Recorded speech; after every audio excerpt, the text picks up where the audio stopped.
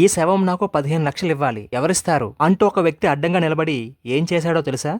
ఒక ఇంట్లో ఆ ఇంటి యజమాని చనిపోయాడు. చాలా మంది బంధుమిత్రులు ఇంటికి చేరుకున్నారు. ఇంట్లో అందరూ శోక సముద్రంలో మునిగిపోయారు. చనిపోయిన ఆయనకి భార్య, 4 మగపిల్లలు, ఒక ఆడపిల్ల. పిల్లల్ని కష్టపడి జీవితంలో ఒక మంచి స్థాయికి తెచ్చి న్యాయంగా సంపాదించిన దానితోనే పిల్లలందరినీ పెంచి తన ఆస్తిని అందరికీ సమానంగా పంచి ఇచ్చాడు. ఆడపిల్లకి ఒక మంచి సంబంధం చూసి పెళ్లి కూడా చేశాడు. ఆ ఇంటి యజమాని చాలా మంచి వ్యక్తి అని, కష్టాల్లో ఉన్న వారిని ఆదుకునేవాడని అందరూ చెప్పుకుంటున్నారు. ఇంటి దగ్గర జరగాల్సిన కార్యక్రమాలు పూర్తయిన తర్వాత శవాన్ని శ్మశానానికి తీసుకుని వెళ్దాం అనుకునే లోపు ఆగండి, నేను ఒక విషయం చెప్పాలని శవాన్ని తీయకుండా అడ్డంగా నిలబడ్డాడు. అది చూసి అందరూ ఏమయ్యా, ఏ సమయంలో ఏం మాట్లాడాలో తెలీదా అంటూ అందరూ కోప్పడ్డారు. అంతలో ఒక పెద్ద ఆయన ముందుకు వచ్చి ఏమైందయ్యా, ఏంటి నీ సమస్య అంటూ అడిగాడు. అప్పుడు ఆ వ్యక్తి చెప్పిన మాటకు అందరూ ఆశ్చర్యపోయారు. ఈ చనిపోయిన పెద్ద మనిషి నాకు 15 లక్షలు బాకీ పడ్డాడు అని చెప్పగానే అక్కడ ఉన్న వారిలో కొంతమంది ఈ సమయంలో ఇలాంటి విషయాలు మాట్లాడడం సరికాదు, కార్యక్రమం పూర్తయిన తర్వాత కూర్చొని మాట్లాడుకుందాం అని చెప్పగానే అందుకు ఆ వ్యక్తి లేదు, ఈ విషయంలో నేను ఎవరి మాట వినను.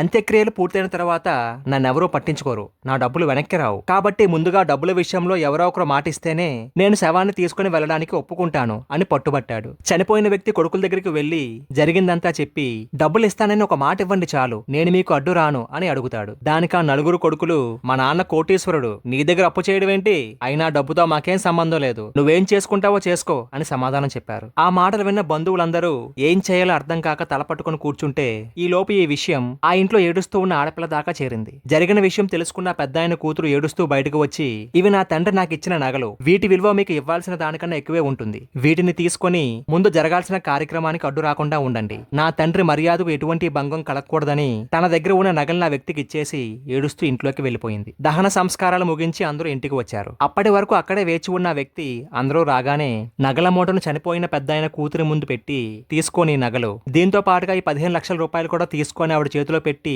ఒక్క నవ్వు నవ్వి ఇలా అన్నాడు, చనిపోయిన మీ నాన్నగారు నా దగ్గర ఎటువంటి అప్పు చేయలేదు, నిజం చెప్పాలంటే నాకు డబ్బు అవసరమైన సమయంలో మీ నాన్నగారు నాకు డబ్బు ఇచ్చి ఆదుకొని నీకు ఎప్పుడు వీలైతే అప్పుడే ఇవ్వు అని చెప్పిన మహానుభావుడు మీ నాన్నగారు. నేను తిరిగి డబ్బులు ఇద్దామనుకునే లోపు ఆయన చనిపోయారనే విషయం తెలిసి పరుగున వచ్చాను. అయితే ఆయన ఇచ్చిన ఈ డబ్బుని ఎవరికివ్వాలో తెలియక ఇంతమందిలో ఎవరికి అర్హత ఉందో తెలుసుకోవాలనే ఈ నాటకం ఆడాను. ఈ డబ్బులు ఈ నగలు తీసుకో తల్లి, మీ నాన్నగారికి నువ్వే నిజమైన వారసురాలు అని చెప్పి ఆమెను దీవించి వెళ్లిపోయాడు. ఆ డబ్బుతో తన తండ్రికి నిర్వహించాల్సిన కార్యక్రమాలను ఘనంగా నిర్వహించి మిగిలిన డబ్బును తన తల్లికి ఇచ్చేసి తన భర్తతో అత్తారింటికి వెళ్లిపోయింది అతని కూతురు. మగపిల్లలే కావాలి, మమ్మల్ని చూసేది కొడుకులే అంటూ పరితపించి కూతుర్లను తక్కువగా చూసే తల్లిదండ్రులు ఈ కథలో యజమానిని చూసి నేర్చుకోవాలి. అమ్మాయిలు కూడా వారి అమ్మా నాన్నని ప్రేమిస్తున్నారు, ఆడపిల్లలకు ఇచ్చే గౌరవం వారికి ఇవ్వండి. మీరేమంటారు? మీ అభిప్రాయాన్ని కామెంట్లో తెలియజేయండి.